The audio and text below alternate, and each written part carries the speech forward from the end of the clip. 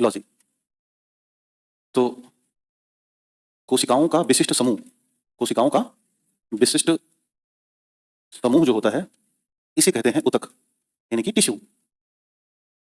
बशर्ते एक शर्त होनी चाहिए कि इन विशिष्ट समूह में, मान लो कि ये एक समूह है जिसमें ये बहुत सारी कोशिकाएं हैं, ये सेल हैं, तो बस शर्त यह है कि इनका निर्माण, इनकी बनावट और इनकी कार्यप्रणाली, तीन चीजें समान होनी चाहिए। तो इसी समूह को हमने नाम दिया है ऊतक। शुरुआत में ऊतक के बारे में एक वैज्ञानिक थे मार्सेलो मैलपीही, इन्होंने बताया। इनको हिस्टोलॉजी का जनक माना जाता है, हिस्टोलॉजी का जनक मानते हैं। और एक और वैज्ञानिक है जिनका नाम है जेवियर बिचट, इन्हें आधुनिक ऊतक विज्ञान का जनक माना जाता है।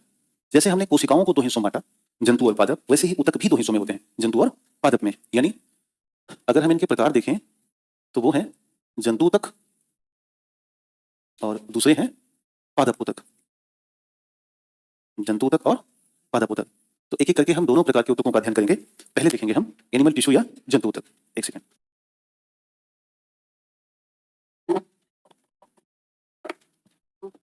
एक से लेकर कब तक जानते हो? कल से टॉनिक बैच 1 बजे होगा, जानते थे? उसमें वो आप अधिकारी बनिए तो आप लाइएगा। अध्यापक से आप केवल ज्ञान की उम्मीद कर सकते हो। की वालों की हार हो चुकी है, बशर्ते सही दिशा में नहीं किया था उन्होंने। सर फिर से आपकी क्लास कब होगा? अरे महारानी देवी जी, अभी पढ़ाने भी पढ़ लो, छुट्टी हो गया का? हाँ सर क्वेश्चन दे दीजिए। नहीं खान सर दे तो हैं क्वेश्चन, इतने सारे हैं। आप बायोलॉजी का लगाओ, एक भी क्वेश्चन बाहर से अगर बता देना। लगाओ तो सही यार, पढ़ के तो जाओ, मजाक समझे हो? हेलो हेलो हेलो कह रहे हैं। ओके, आज मैं लेट हो गया। अरे अच्छा, मुझे सुना सुना लग ही रहा था कि अगला आया नहीं है ना। आया करो, रोज आया करो। सर एक बार प्लीज का गाना। जी जी जी सर, आप कुछ भी बताओ, ऑनलाइन वालों में अलग ही सब बिजी रहता है।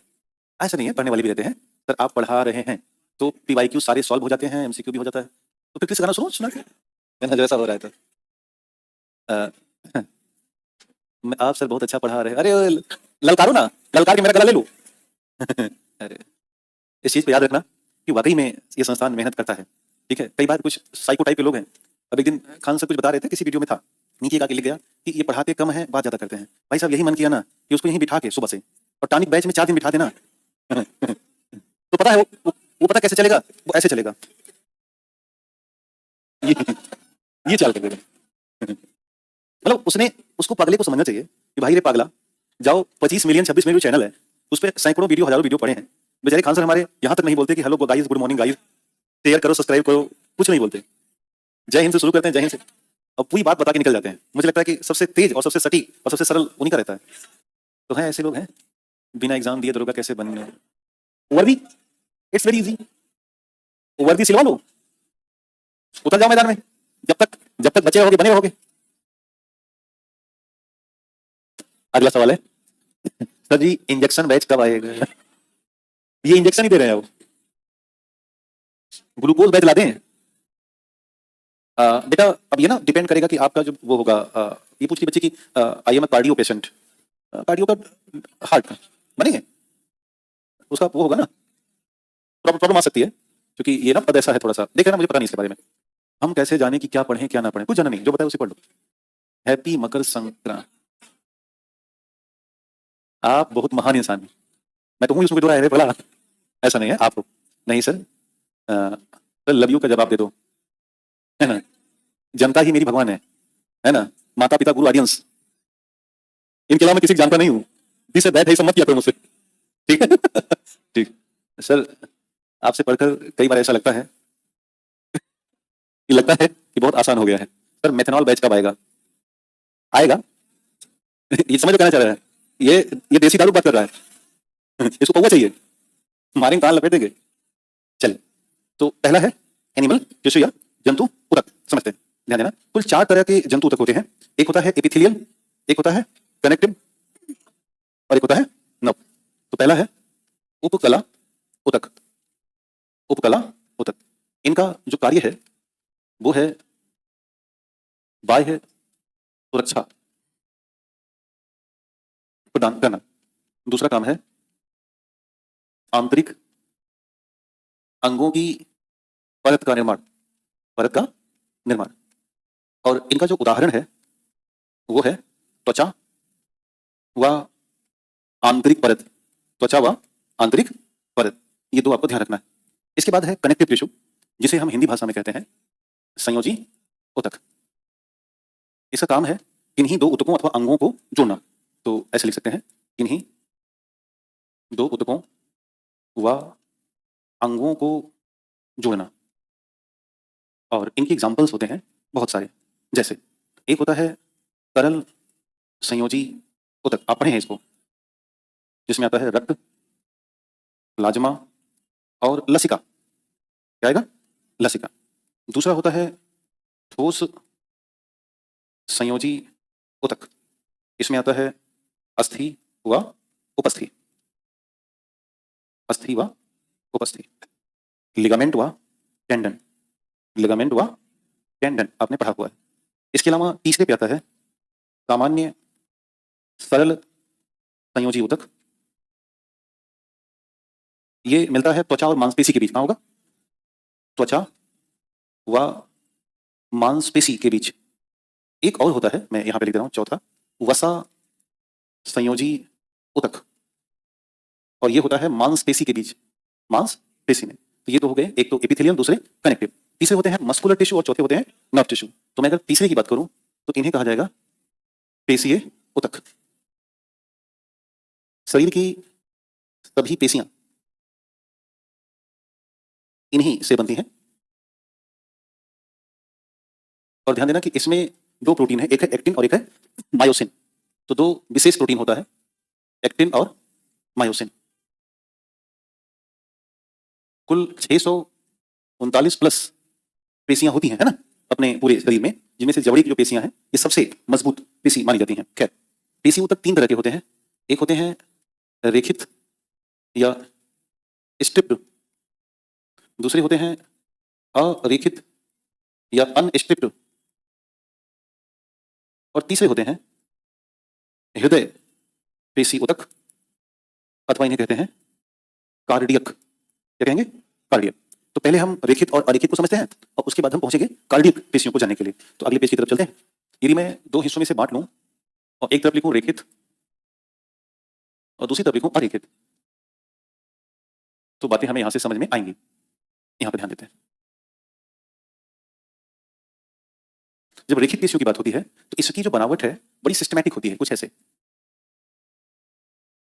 ये इसमें एक हिस्सा है एक्टिन का और एक हिस्सा है मायोसिन का। तो हम अगर इसमें लिखें पहला पॉइंट तो ये लिख सकते हैं कि एक्टिन व मायोसिन बहुत नियमित रूप में होते हैं। लेकिन वहीं अगर हम अरेखित की तरफ चलें तो एक्टिन मायोसिन बहुत इरेगुलर प्रोसेस में होगा। जैसे यहां ध्यान देना, कुछ ऐसे। तो यहां हम लिख सकते हैं कि एक्टिन व मायोसिन अनियमित रूप में होते हैं। तो पहला अंतर समझ में है कि एक की बनावट बहुत रेगुलर पैटर्न में है, एक की बनावट बहुत अनियमित पैटर्न में है ना, इसे ध्यान देना। दूसरी बात समझते हैं, रेखित पेशी सदैव अस्थि से जुड़ी होती है, अस्थि से जुड़ी होती है, इसलिए इसे हम कहते हैं अस्थि पेशी ऊतक। क्या कहेंगे? लेकिन अरेखित पेशी अकेले होती हैं, इन्हें हम मुलायम व चिकनी पेशी कहते हैं, मुलायम व चिकनी पेशी की संज्ञा दी जाती है। दूसरा, अगर आगे बढ़ें तो रेखित पेशी ऐच्छिक पेशी कहलाती हैं, यानी कि हमारी इच्छा पर निर्भर करती हैं, इच्छा पर निर्भर हैं। अब जैसे गर्दन के पास, हाथ के पास, पैर के पास, तो ये सब पेशियां अपने डिजायर पर है, जहां मन करे वहां इनको घुमाओ। लेकिन अरेखित हमारी इच्छा पर निर्भर नहीं करती। अरेखित को हम अनैच्छिक पेशी कहते हैं, अर्थात इच्छा पर निर्भर नहीं करती। अब मान के चलो कि पाचन के पास की जो पेशियां हैं, या गर्भाशय की पेशियां, या मूत्राशय की पेशियां, या नेत्र गोलक, है ना, जिह्वा, ये तमाम ऐसे एग्जांपल्स जो डिपेंडेंसी से बाहर की चीज है। दूसरा, रेखित पेशियां मजबूत हैं लेकिन थक जाती हैं। ये मजबूत तो हैं लेकिन इनमें थकान आ जाती है। ये वाली कैसी हैं? ये कमजोर हैं लेकिन जीवन भर काम करेंगी, जीवन भर कार्य करती हैं। थकने जैसा कोई कॉन्सेप्ट इनमें नहीं है, बस चलती ही रहेंगी। तो ये कुछ अंतर रहे हैं रेखित और अरेखित के। तीसरी जो है वो है हृदय पेशी ऊतक। तो वास्तव में इसे इकलौता बनाया गया है किसके लिए? हार्ट के लिए। जब हम लोग हार्ट पढ़ रहे थे तो इसका नाम लिया गया था। इसकी बनावट और इसके काम करने की व्यवस्था में काफी अंतर है। जैसे ध्यान रखना है बस दो बातें, इनकी जो बनावट है वो बहुत मजबूत है लेकिन इनकी जो कार्य प्रणाली है वो जीवन पर्यंत है। तो जरा सोचना कि जो मजबूत होगा वो कैसा होगा? रेखित पेशी। और जो जीवन भर कार्य करेगा वो कैसा होगा? अरेखित पेशी। इसलिए जो हृदय पेशी है वो दोनों का मिक्सचर है, रेखित की और अरेखित पेशियों का। इसके बाद सबसे लास्ट में एक और हिस्सा बचता है, वो है नर्व टिश्यू या तंत्रिका ऊतकों का।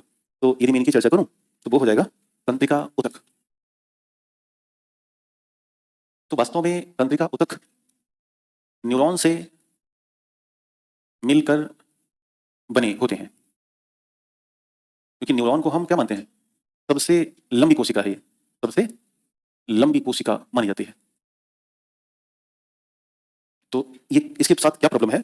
न्यूरॉन में हमने आपको ब्रेन में पढ़ाया था रीजनरेशन नहीं होता, एक बार बनी तो बनी और गई तो गई। इसलिए जिसको पैरालिसिस हो जाएगा, लकवा मार जाएगा, उसका जल्दी से ठीक नहीं होता, फिर वो जीवन भर वैसे ही रहेगा। आजकल तो बहुत खतरनाक है। न्यूरॉन के चित्र को थोड़ा समझिएगा फिर हम लोग आगे बढ़ेंगे। ये है एक न्यूरॉन का सामान्य सा फिगर। ये कोई अगला न्यूरॉन है।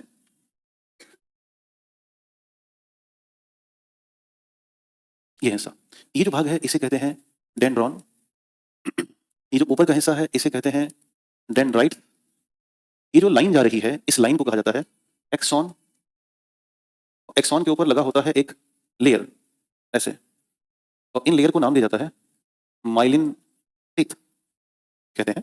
एक कबर सी लगी हुई है। तो यहां तक एक न्यूरॉन है, ये हिस्सा एक न्यूरॉन का है। इसके बाद से ये दो न्यूरॉन है, दूसरा है, बीच में गैप होता है जिसे कहा जाता है सिनेप्स। एक न्यूरॉन से दूसरे न्यूरॉन के बीच में गैप है जिसे कहेंगे सिनेप्स। और इसकी सिनेप्स के पास यहां पर निकलता है न्यूरोट्रांसमीटर मैटर यहां पर। तो ये है न्यूरो ट्रांसमीटर मैटर। अब इनसे बहुत सारे हैं, जैसे आप एक नाम सुना होगा डोपामीन, है ना, सेरोटोनिन, एसिटोकोलाइन, ऐसे बहुत सारे हैं जो एक सिनेप्स के पास निकलते हैं। इन्हीं के कारण ये न्यूरॉन सही दिशा में काम कर पाते हैं। जब भी कभी न्यूरॉन को काम करना होता है वो हमेशा ये दिशा निकालते हैं, डेंड्रॉन से एक्सॉन की तरफ यात्रा होती है। हमेशा जब भी कोई सिग्नल चलेगा न्यूरॉन में तो डेंड्रॉन से निकलेगा, एक्सॉन की तरफ जाएगा और सिनेप्स से होता हुआ अगले न्यूरॉन्स की तरफ यात्रा कर देता है। तो ये रहा अपने चार वो ऊतक जिनको हम एनिमल टिश्यू में गिनते हैं। इसके बाद अगला जो ऊतक है वो है प्लांट टिश्यू या पादप ऊतक। परंतु अब आज का जो समय है यहीं पे संपन्न हो रहा है, इसके बाद ध्यान देना, कल हम आपको पढ़ाएंगे, अगर क्रम होगा तो देखते हैं क्या है, तो वो मैसेज कर देंगे। तो कल या अगली क्लास जो भी उसमें पढ़ाएंगे पादप जगत और जंतु जगत। ठीक है, थैंक यू।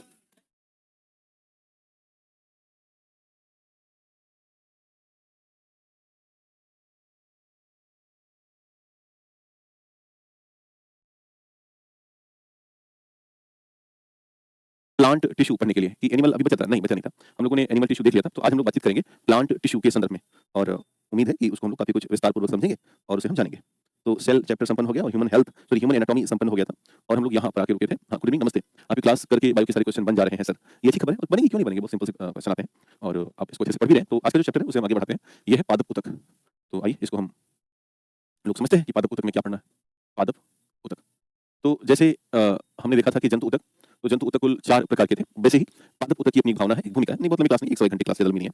और अभी ना क्योंकि प्रेशर तो है नहीं ना, आराम से पढ़ते हैं, तो इसलिए हमने उसको ना उस वाली क्लास से सेट हटा दिया इसको। हमने कहा कि ठीक है, ज़्यादा प्रेशर नहीं है तो इसको हम आराम से पढ़ेंगे, कोई ऐसी बहुत बड़ी बात नहीं है। मेरी भी बात सुन भी सेट बनाती हूँ तो सब बन जाता है। हाँ, अच्छी खबर है, अच्छा होगा, ठीक है, टेंशन ना लो, सब कुछ सही जाएगा। तो पादप ऊतक, तो हमने देखा था कि जैसे पादप के जो कोशिकाएं हैं, पादप की कोशिकाएं विशिष्ट समूह के आधार पर, विशिष्ट समूह के आधार पर, के आधार पर पादप कोशिकाएं विशिष्ट समूह के आधार पर ऊतकों का विकास करती हैं। ऊतकों का विकास करती हैं। ऊतकों का विकास करती हैं। इनका एक अपना विशिष्ट समूह होता है। चलिए ऊपर क्लास ले, इधर भी लेते हैं पहले। और इस स्तर पर पादप में कुल 2 प्रकार के ऊतक पाए जाते हैं। एक होते हैं जिन्हें हम कहते हैं विभोज्योतक ऊतक, विभोज्योतक ऊतक कहते हैं या मेरिस्टेमेटिक टिश्यू के नाम से जानते हैं, और दूसरे होते हैं अस्थायी ऊतक अथवा इन्हें हम परमानेंट टिश्यू के तौर पर जानते हैं। तो दो प्रमुख ऊतक हमारी पादप की व्यवस्था में है। एक है मेरिस्टेमेटिक टिश्यू और दूसरे होते हैं परमानेंट टिश्यू यानी कि अस्थायी ऊतक। दोनों को हम एक-एक करके समझेंगे और जानेंगे। तो पहला जो ऊतक है उसकी बात करते हैं यानी कि विभोज्योतक ऊतक के बारे में, यानी कि मेरिस्टेमेटिक टिश्यू के बारे में। तो इसकी एक परिभाषा हो सकती है, लिखिएगा। यह पादपों का सबसे प्रमुख ऊतक है, सबसे प्रमुख ऊतक है, पादपों का सबसे प्रमुख ऊतक है, जिसके विभाजन के आधार पर ही जिसके जिसके विभाजन के आधार पर ही विभाजन के आधार पर ही संपूर्ण पादपों का विकास होता है। संपूर्ण पादप का विकास होता है। संपूर्ण पादप का विकास होता है। ध्यान देना कि कुल 3 प्रकार के ऊतक होते हैं जो विभोज्योतक में शामिल किए जाते हैं। कितने प्रकार के? कुल 3 प्रकार के हैं। कौन-कौन? तो अगर हम इनके टाइप देखें, प्रकार देखें, तो ध्यान रखिएगा। पहला जो प्रकार है, इसे कहा जाता है एपिकल टिश्यू, यानी कि इसे हिंदी में कहते हैं शीर्षस्थ ऊतक, शीर्षस्थ ऊतक। दूसरा जो प्रकार होता है उसे हम कहते हैं इंटरकैलरी टिश्यू, इंटरकैलरी टिश्यू, या हिंदी भाषा में कहते हैं अंतर्वेशी ऊतक, अंतर्वेशी ऊतक। और तीसरा जो होता है यानी कि इंटरकैलरी के बाद, वो होता है लैटरल टिश्यू, यानी कि हिंदी भाषा में कहें तो ये कहलाता है पार्श्वस्थ ऊतक। ये कहलाएगा पार्श्वस्थ ऊतक। क्या कहलाएगा? पार्श्वस्थ ऊतक के तौर पर। तो कुल 3 तरह के पादप ऊतक हैं जिनको हम इस पूरी प्लांट रचना में शामिल कर रहे हैं और समझने की कोशिश कर रहे हैं। एक-एक करके हम चित्र बनाते हैं और उसे आपको समझाते हैं। हाँ, थोड़ा-सा बता रहे हो कि ब्राइटनेस वाला ठीक कर लेते हैं। उम्मीद है कि अब थोड़ा कम हो गया होगा। चलिए, तो हम ऐसे देख लेते हैं कि अगर कोई पादप है, सपोज दैट कि कोई पादप अगर है, मान लो कि ये कोई प्लांट का अपना एक हिस्सा है, ये। तो अब इस पादप में वो तीनों प्रकार के ऊतक उपलब्ध रहेंगे, यानी कि ऊपर वाले भी, शीर्षस्थ वाले भी। तो जो ये ऊपर का हिस्सा है, यानी कि जो शूट पार्ट है, अथवा जो नीचे बिल्कुल रूट पार्ट है, तो रूट और शूट पर यहाँ पर जो ऊतक होंगे ये कहलाते हैं एपिकल, यानी कि शीर्षस्थ। जो बीच वाले हिस्से हैं इन्हें हम कहते हैं अंतर्वेशी, इंटरकैलरी। और थोड़े और नीचे आएंगे, यहाँ पर जो होते हैं इन्हें कहते हैं पार्श्वस्थ ऊतक। क्या कहेंगे? पार्श्वस्थ ऊतक या लैटरल टिश्यू के तौर पर जानते हैं। पार्श्वस्थ ऊतक या लैटरल टिश्यू के रूप में जानते हैं। तो एक ऊतक की अगर हम सामान्य स्थिति देखें या इसका लोकेशन देखें, कुछ ऐसा लोकेशन होगा। अब हम इनको अगर तीनों को समझें, ये क्या कर रहे हैं, कहाँ पर है, कैसी बनावट कर रहे हैं, तो बेहद अच्छा होगा। नंबर 1 है, इसका नाम है एपिकल टिश्यू। देखिएगा, यह ऊतक पेड़ पौधों के शीर्ष पर, पेड़ पौधों के शीर्ष पर उपलब्ध होते हैं। पेड़ पौधों के शीर्ष पर उपस्थित होते हैं, अर्थात शूट और रूट के साथ, शूट व रूट के साथ।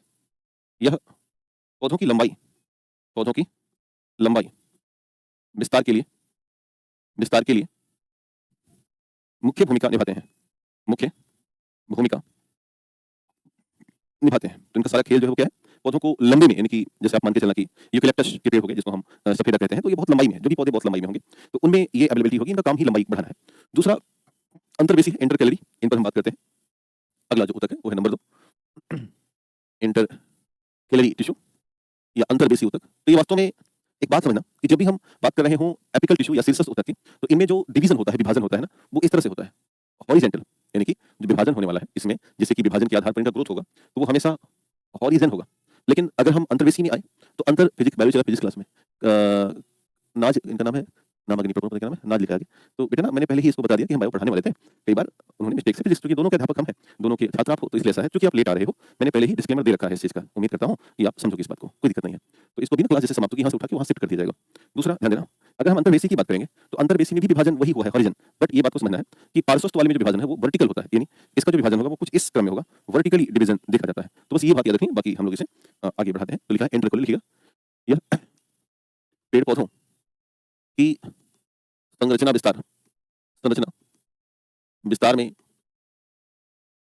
मुख्य भूमिका निभाते हैं, मुख्य भूमिका निभाते हैं, तथा फल, फूल व तनों को विकसित करते हैं, विकसित करते हैं। ठीक है? और इनमें खास जो मैंने आपको कहा समझने के लिए वही कहा कि इनमें भी जो कोशिका का विभाजन होगा, सेल डिवीजन होगा, वो हॉरिजॉन्टल होगा, क्षैतिज होगा। तो इस बात को हम लोग नोट करके लिख सकते हैं कि यहाँ भी कोशिका विभाजन, कोशिका विभाजन क्षैतिज रूप में, क्षैतिज रूप में होता है। यहाँ भी कोशिका विभाजन क्षैतिज रूप में होता है। तीसरा और सबसे ज्यादा महत्वपूर्ण है वो है ये वाला हिस्सा, पार्श्वस्थ। इसको देखते हैं, यानी कि यहाँ से अगर हम निकालें तो ये हो जाएगा पार्श्वस्थ ऊतक। तो नंबर 3 यहाँ पर लिख दें, पार्श्वस्थ ऊतक, पार्श्वस्थ ऊतक, यानी कि लैटरल टिश्यू, यानी कि लैटरल टिश्यू। तो ये क्या है, लिखिएगा, यह पौधों के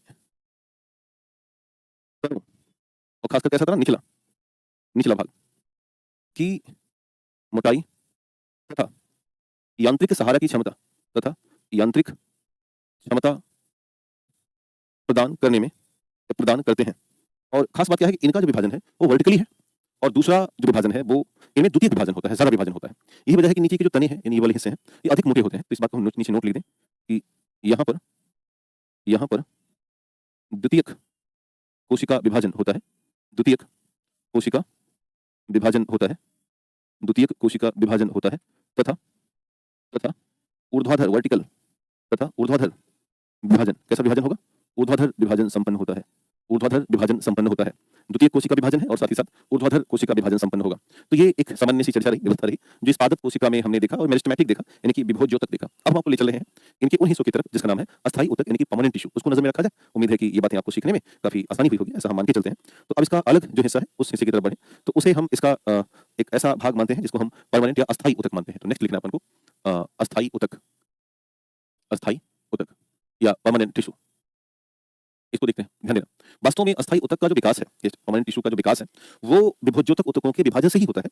और इनकी जो भूमिका है वो ये है, एक तो भोजन बनाना, भोजन संग्रहण करना, और दूसरा पेड़ पौधों को यांत्रिक सहारा देना, और तीसरा भोजन और जल का परिवहन करना, यानी कि ट्रांसपोर्टेशन करना। तो अगर हम इसका परिचय दें तो कुछ ऐसे हो सकता है कि विभोज्योतक ऊतकों के विभाजन से, विभोज्योतक ऊतकों के विभाजन से वास्तव में अस्थायी ऊतक प्राप्त होते हैं जिनका मुख्य कार्य पेड़ पौधों को भोजन निर्माण, यांत्रिक सहारा क्षमता तथा भोजन व जल के परिवहन हेतु क्षमतावान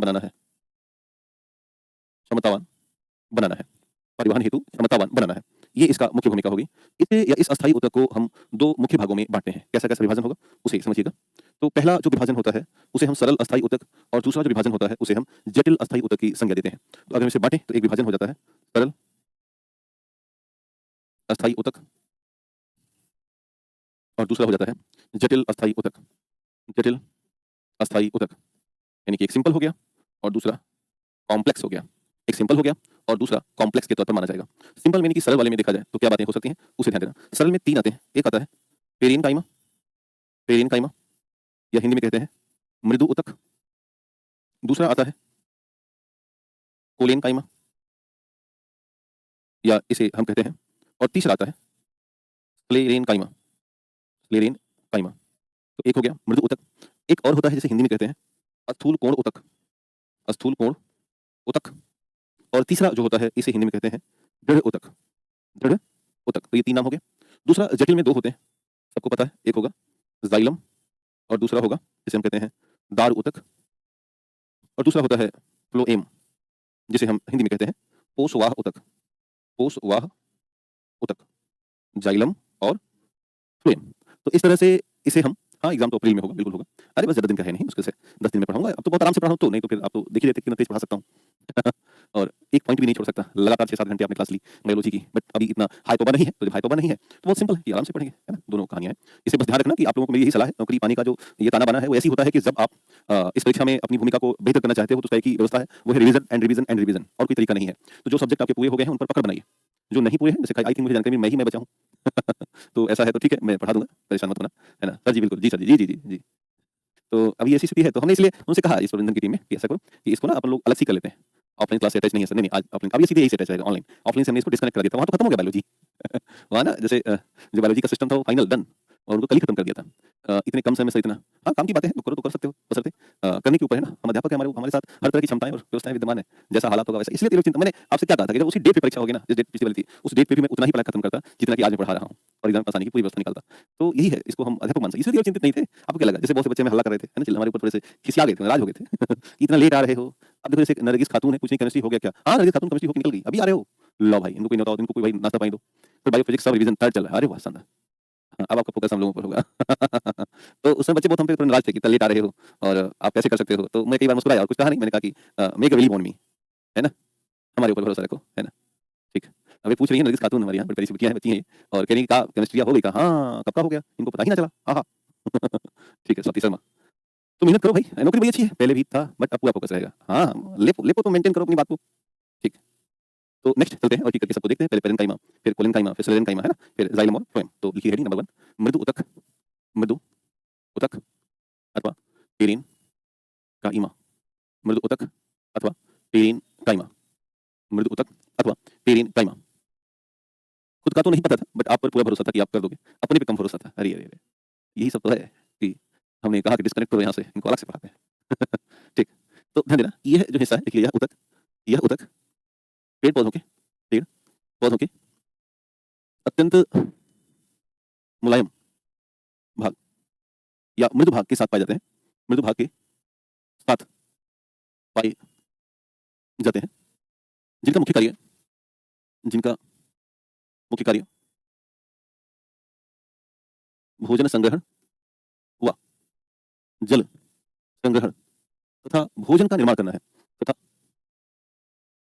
भोजन का निर्माण करना है भोजन का निर्माण करना है।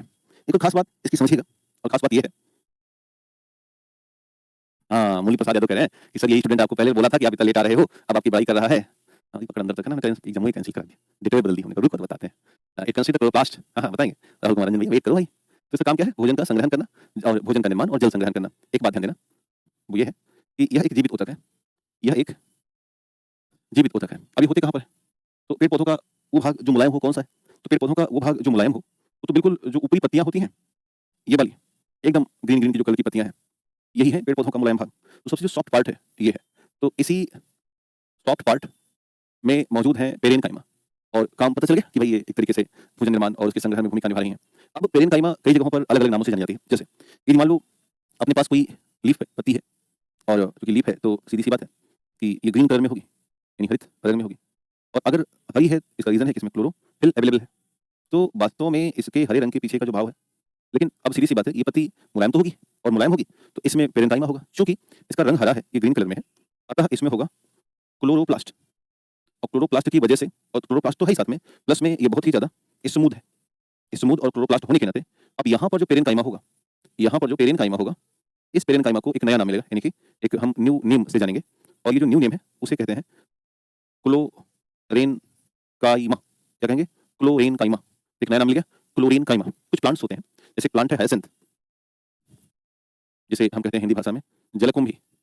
यदि आप कभी जलकुंभी के तने को काट करके देखोगे ना, तो उसमें बबल्स दिखाई देंगे इस तरह से। इसे कहते हैं अस्पंज रचना, और इस अस्पंज में भरा होता है एयर, हवा भरी होती है या एयर फिलअप होता है। तो इस अस्पंज में एयर भरा होना, और प्लस में ये वास्तव में ये भी काफी सॉफ्ट टिश्यू है, बहुत मुलायम हिस्सा है। तो इस चूंकि जलकुंभी में स्पंज होने के नाते इसमें भी वास्तव में है तो पेरेनकाइमा। ये जो हिस्सा बना है वो बना है पेरेनकाइमा से।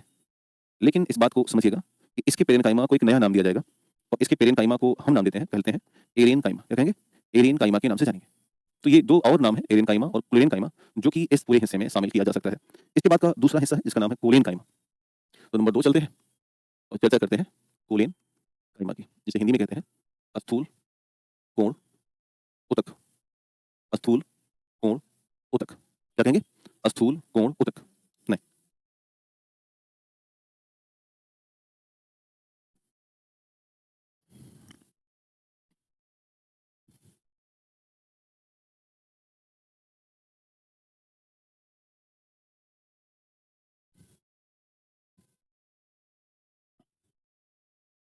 इसे देखा जाए वास्तव में, देखिएगा पहली बात तो यह भी एक प्रकार का जीवित ऊतक है। तो एक परिचय इसका हो गया, ये एक प्रकार का लिविंग टिश्यू है, यानी कि जीवित ऊतक है। इसकी जो खास बात है वो क्या है, इसको ध्यान देना। ये पेड़ पौधों के लगभग तनों में मौजूद है, और जहाँ होते हैं इनका काम होता है कि उनको पेड़ पौधों के तनों को फ्लेक्सिबिलिटी देना, लचीलापन देना, जिससे कि टूटने ना पाए और मैकेनिकल सपोर्ट उनको मिलता रहे। तो लिखिएगा, या लिखना है आपको, यह ऊतक पेड़ पौधों के तनों या टहनियों में पाया जाता है। तनों या टहनियों के साथ होते हैं होते हैं तथा यह उन्हें उन्हें लचीला बनाते हैं, उन्हें लचीला बनाते हैं, और यांत्रिक सहारा प्रदान करते हैं, यानी कि मैकेनिकल सपोर्ट प्रोवाइड करना। मैकेनिकल सपोर्ट प्रदान करते हैं। इसके अलावा तीसरा है जिसको हम बोलते हैं स्लेरेन काइमा। स्लेरेन काइमा जैसे कहते हैं दृढ़ ऊतक। और इसकी खास बात क्या है कि जीवित ऊतक नहीं है। बस तुझे तबीयत खराब है, नहीं मेरी तबीयत तो ठीक है, लग रहा है क्या? इसकी जो खास बात ये है कि वो या ये जो है एक मृत ऊतक है, इसलिए यह एक मृत ऊतक है तथा ज्यादातर पेड़ पौधों की छाल जो बार्क होती है आउटर हिस्सा उसके साथ पाया जाता है। ज्यादातर पेड़ पौधों की छाल के साथ पाया जाएगा, पौधों की छाल के साथ पाया जाता है, छाल के साथ पाया जाता है। और यह भी यांत्रिक सहारा प्रदान करता है, यह भी यांत्रिक सहारा प्रदान करते हैं, यांत्रिक सहारा प्रदान करते हैं। जिनकी जो मुख्य भूमिका है वो है मैकेनिकल सपोर्ट प्रदान करना। मुख्य भूमिका है वो है मैकेनिकल सपोर्ट प्रदान करना। तो इतना अपनी कॉपी में लिखिएगा। अब ध्यान देना कि इसमें दो बड़े केमिकल अवेलेबल है। एक केमिकल होता है लिग्निन। लिग्निन ये एक प्रकार का बहुत ही फ्लेमेबल मटेरियल है, ज्वलनशील पदार्थ है। यह एक प्रकार का ज्वलनशील पदार्थ होता है, ज्वलनशील पदार्थ होता है। यह मौजूद होता है और कई बार ना जो वनों में आग लग जाती है इसी की वजह से लगती है। वनों में लगने वाली आग का जो कारण बनता है ना, वो प्रमुख कारणों में से एक है लिग्निन। एक और ध्यान रखना, ये है तो नहीं है बट मैं पॉइंट दे रहा हूँ, वो होता है सुबेरिन। ये एक केमिकल है, सुबेरिन केमिकल।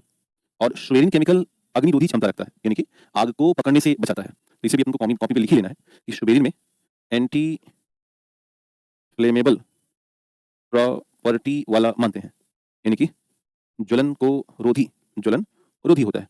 क्योंकि एग्जाम दोनों पूछ सकता है कि भाई अगर कोई लिग्निन है तो इसके बारे में बताओ। वास्तव में वाटर प्रूफिंग का काम करता है सुबेरिन। तो एक और पॉइंट डाल ही देना इसके आगे, ये ना वाटर प्रूफिंग का काम करता है सुबेरिन।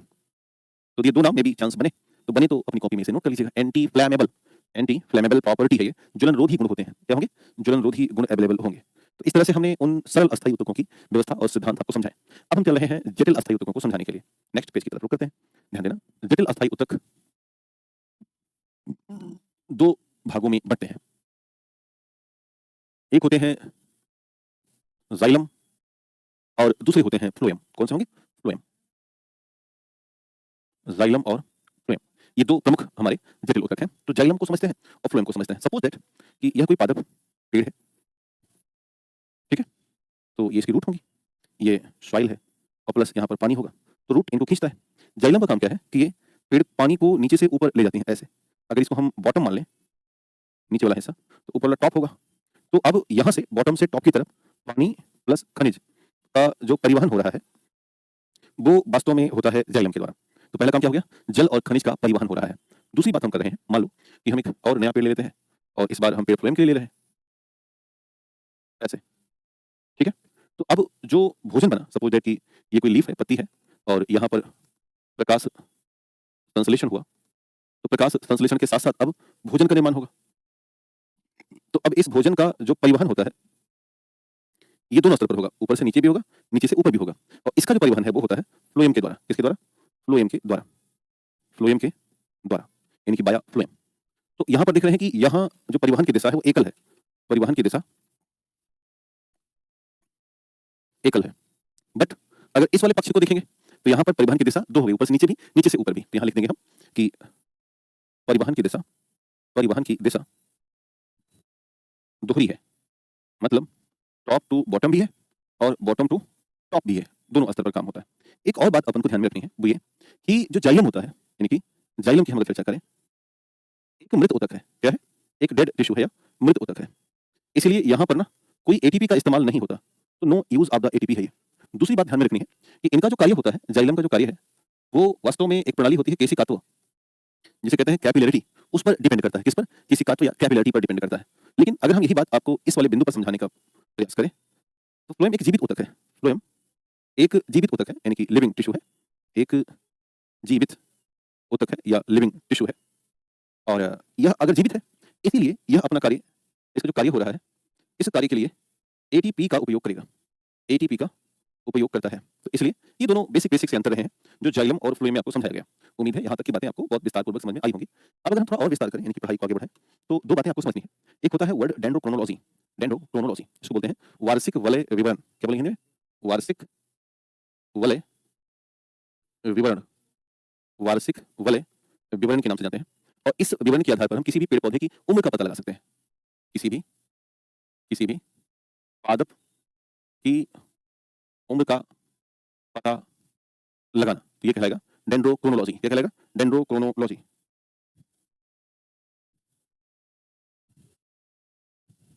डेंड्रोक्रोनोलॉजी।